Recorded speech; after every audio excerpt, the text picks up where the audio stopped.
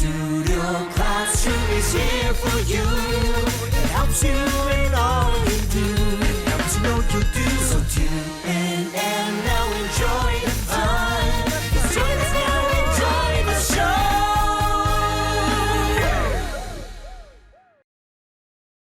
Hello everyone, my name is Garrett, and today is a great day to learn something new. So let's do that together, friends. My name is Anne-Marie. And this is Studio Classroom. Friends, do you ever look up at the night sky and imagine flying up to be among the stars? Well, we have a lesson all about space today, friends, and we're starting off with our Talk About It question. Yes, we are. Here is that question. If you had the chance to live in space, would you go? Why or why not? I don't think I would go, Garrett. It sounds very, very lonely up in space, and I think it would be very, very impractical. Sure, and that is definitely true right now. I completely agree with you. I love stories about living in space, but actually doing it is very dangerous and would be a really difficult life. Well, we're going to learn more all about that life in our lesson over the next 2 days. Our article is called Life in Space. Let's get right into our first reading.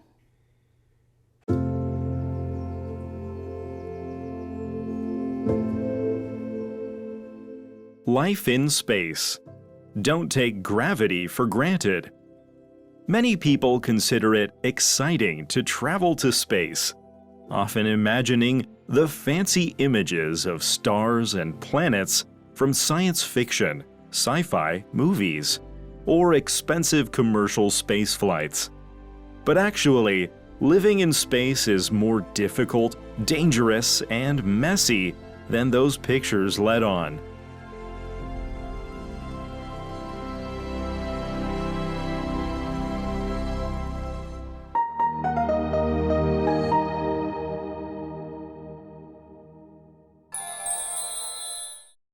Hello, I'm Jack. 今天的 usage tip 要来看主词加 consider 加 it 加形容词或名词，再加 to 加动词的句型。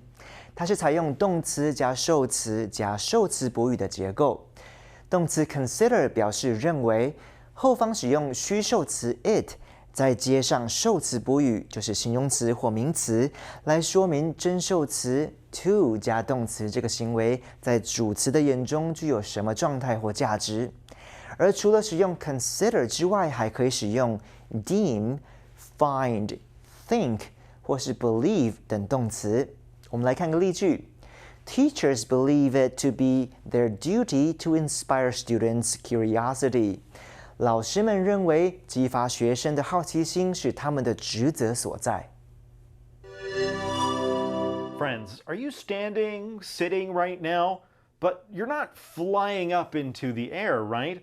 Well, have you ever thought about how special that is? That's all because of something we call gravity, of course, the force that pulls objects toward the Earth or toward another planet. All right, here's an example.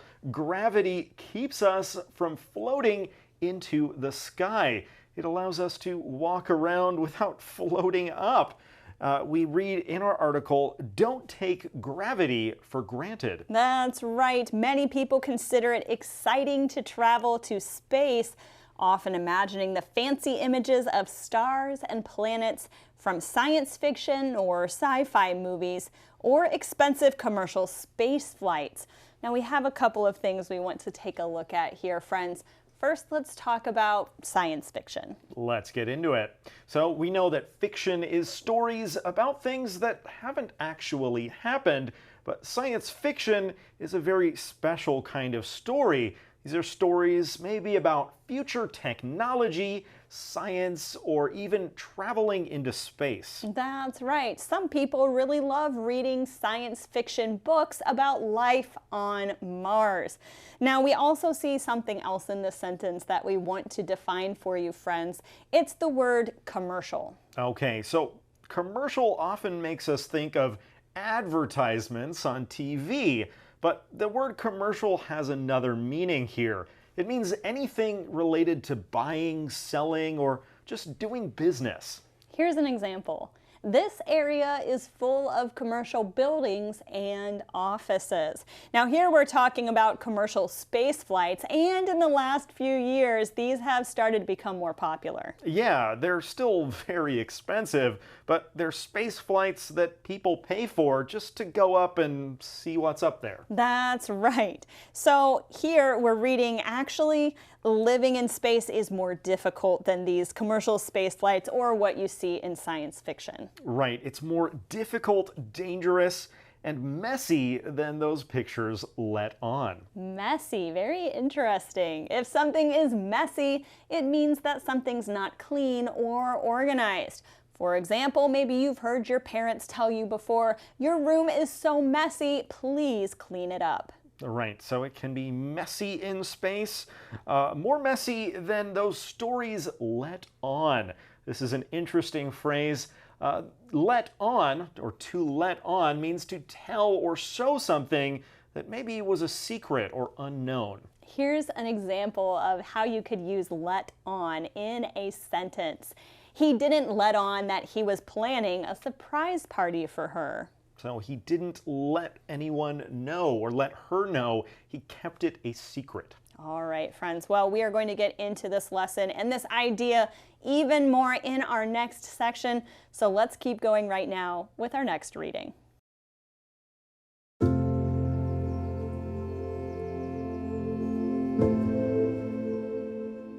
Life in space.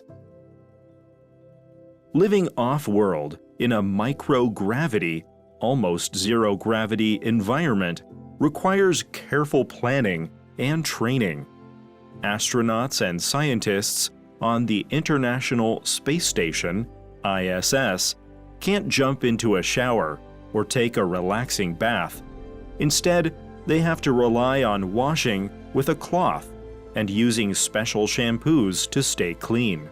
Even using the bathroom becomes a difficult process involving bags, tubes, and toilets designed to prohibit waste from floating around.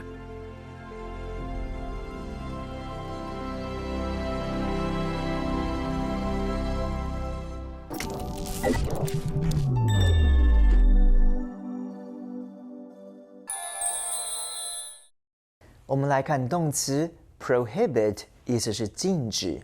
譬如 Does the speech have any rules that prohibit pets？ 这个海滩有禁止携带宠物的规定吗？ Prohibit 也有妨碍或是阻止的意思。譬如 Time prohibits me from touring every museum in the city, although I'd love to. 虽然我很想参观城市的每一间博物馆，但时间不允许我这么做。Prohibit 的名词是 prohibition， 是指禁令或是禁止。例如 There is a strict prohibition against eating and drinking on public transportation, which is why the buses and trains are so clean. 大众运输工具上严禁饮食，这也是公车和火车上那么干净的原因。We may not have people living on the moon or on Mars, but there are some people who live outside of the Earth. That's right. We are learning all about this in the next section of our article, friends. We read together, living off-world in a microgravity, almost zero-gravity environment requires careful planning and training. Off-world is a really interesting term you should know. Right. It's one you'll hear a lot in those science fiction stories. Off-world just means really not on the Earth, outside of this planet, maybe in space or on a different planet. That's right. The movie is about human beings living in an off-world colony. Now, we also see another interesting term here, and that's microgravity. We're talking about very low gravity, like what astronauts feel in space. Right. Keep in mind, this is not zero gravity. There's still a little bit. In microgravity, water floats in the air instead of falling down. That's right. Now we see another term that we want to talk about in the next sentence. Let's read it first. astronauts and scientists on the International Space Station, or the ISS, can't jump into a shower or take a relaxing bath. Friends, I think you know what an astronaut is, but let's define it right now. All right, an astronaut is someone who is trained to travel and work in space. They go up, up, up into the sky. That's right, and they must train for years before going into space. Now, they can't just jump into a shower or take a relaxing bath. Instead, they have to rely on washing with a cloth and using special shampoos to stay clean. Right, there's a lot of special technology just for astronauts because life up there is so different. We read on, even using the bathroom becomes a difficult process. All right, you'll hear this phrase a lot in English, friends, to use the bathroom. This is a term that we often use to be polite, to say that we need to go use the toilet. We need to use the bathroom. Yeah, we don't love to use the specific words for what we're doing. It's not that fun to talk about, so we say we're using the bathroom.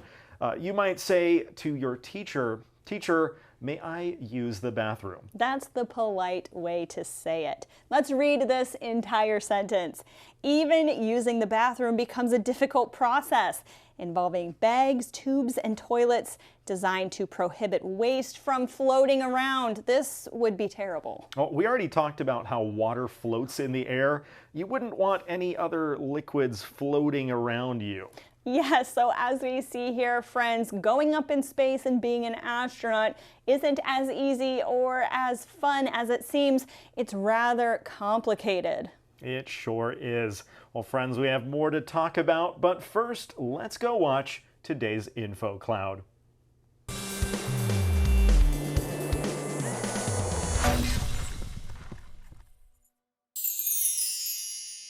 Hello friends, welcome to Info Cloud. Garrett, have you ever heard someone say that a person had a failure to launch? I sure have, Rex. It's a phrase we use when someone, often a young adult, struggles to become independent or start their adult life. Right.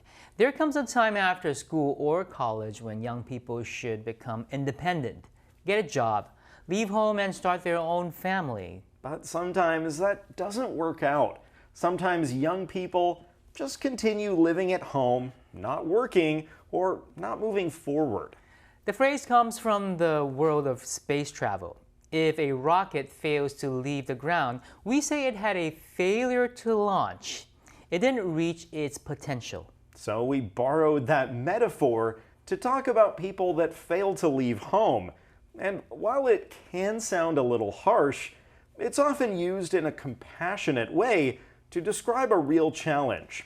You might hear someone say, "My nephew is smart, but he failed to launch after college." And that's a good reminder. Sometimes people just need a little help finding their path. 今天介绍的用语 failure to launch 是用来形容一个人，特别是年轻人，迟迟无法独立或展开他们的成年生活。failure to launch 这个用语来自于火箭发射，如果火箭没办法持续的升空，就会变成 failure to launch 发射失败。我们也用 failure to launch 来形容那些毕业后无法离开家里或是不求上进的人。例如 My nephew failed to launch after college. 我侄子大学毕业后就没有展开他的人生。在这里 fail to launch 是用 failure 的动词 failed 来表达。这就是今天的 Info Cloud， 我们下次云端见。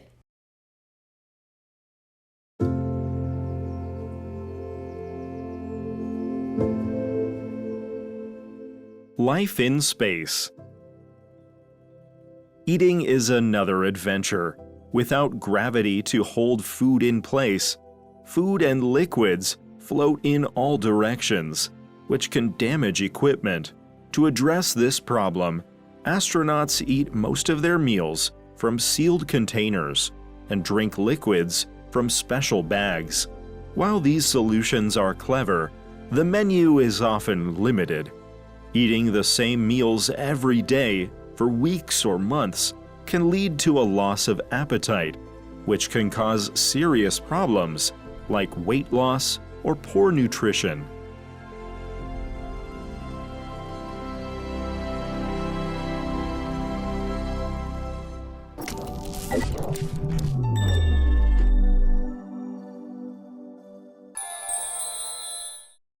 "接下来看 nutrition 这个名词，意思是营养。来看例句 ：One can find nutrition for their body by eating healthy food, and nourishment for their soul by reading good books. 吃健康的食物可以获取身体所需的营养，阅读好书可以滋养心灵。Nutrition 的形容词是 nutritious， 意思是有营养的。譬如 ，Which is more nutritious, soy milk or cow's milk？ 豆浆和牛奶哪个更营养呢？与 nutrition 相关的名词 nutrient 则是指养分或是营养素。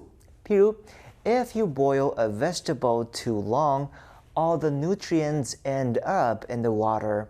如果把蔬菜煮太久，营养素都会留在水中。So we know that using the bathroom in space is very difficult. But what about all those other things that we need to do just to stay alive? Eating is one of those things, and it's more difficult to do in space. We read, eating is another adventure. Without gravity to hold food in place, food and liquids float in all directions. Now, if something happens in all directions, what does that mean? Well, it's going toward every direction or toward every side of a place that you are in. For example, if you've ever been to a fireworks show, you know that fireworks might explode in all different directions or in all directions. Right. So food and liquids can fly all over the place. It might sound like a fun game to a little kid, but for someone that has to do that every day, it would just get annoying. That's right, and there's another problem here. This can damage equipment. Now, equipment is a term that we use to talk about tools or machines needed for doing a task. And here in this situation, of course, it would be the craft that took you into space. There's probably a lot of expensive equipment on it. Yeah, and all those scientific tools that they use for research.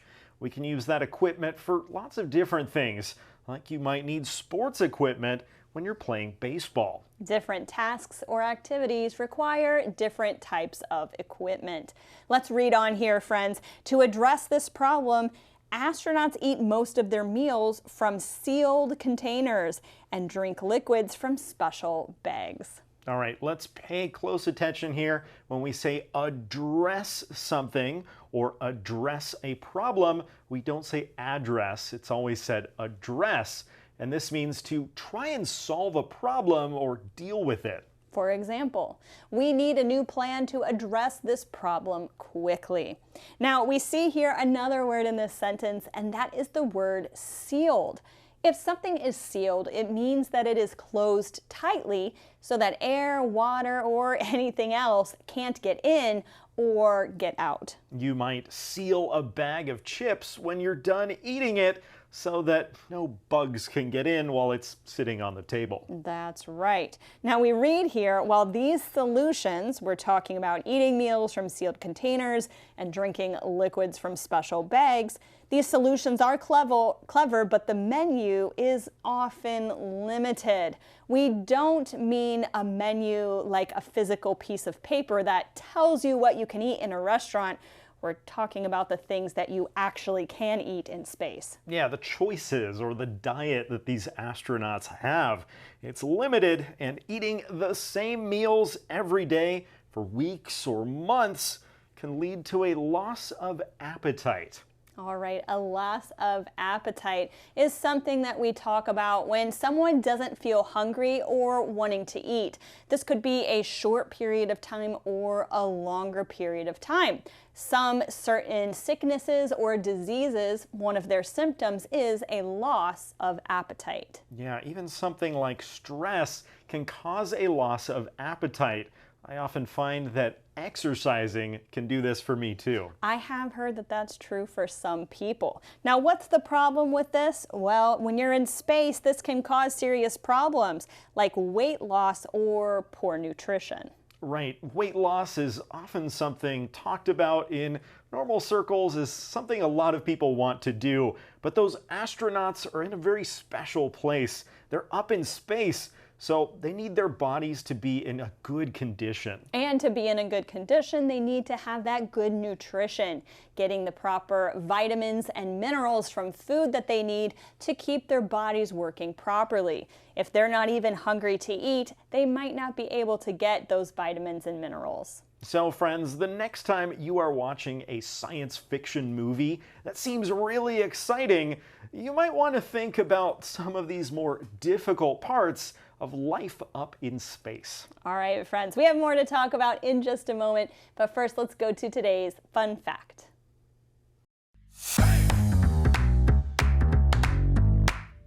Hello, fact friends! I am Detective Ernest Finder, and I have a fun fact for you today. Did you know that gravity can also mean seriousness?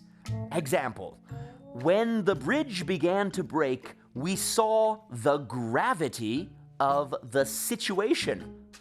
It's true. You can use that word grave in different ways, too. For example, if someone is described as grave, it means they are very serious and unsmiling. A grave is a place for a dead body. And that is today's fun grave fact. Well, friends, we've reached the end of our first day's lesson about life in space. And I was wondering if anything stuck out to you, Garrett, or did anything surprise you that we read in today's lesson? Well, one of the things that surprised me is what we talked about, how messy it can be in space. Of course, things do fly around, but also it's really hard to wash yourself and to wash your clothes. That seems like a really difficult part of it. That does seem extremely difficult. And in all of that mess, I never really thought about how it would affect the rest of the spacecraft. There's a lot of expensive equipment there, and if things are messy and flying through the air, that could be pretty dangerous for that equipment. For sure. Well, I think we should make a point through all of this. It sounds like being an astronaut is a terrible job and very annoying, but the International Space Station is amazing. People from many countries fly up there. They spend months up in space and discover amazing things that we can't down here on Earth. That's a really great point, and it is important to point out as well, friends, that these astronauts have been trained to deal with all these problems. Of course, they are choosing to deal with them because they want to have the job of being able to go up to places like the International Space Station. So going back to our talk about it question earlier, friends, would you want to live in space? Even with all these difficulties, would it be exciting enough for you? Talk about that in English. Well, that's all the time we have for today. My name is Anne-Marie. And my name is Garrett. We'll see you again next time, right here on Studio Classroom. A good friend lasts a lifetime. I am so proud to have you in my life. A good friend lasts a lifetime.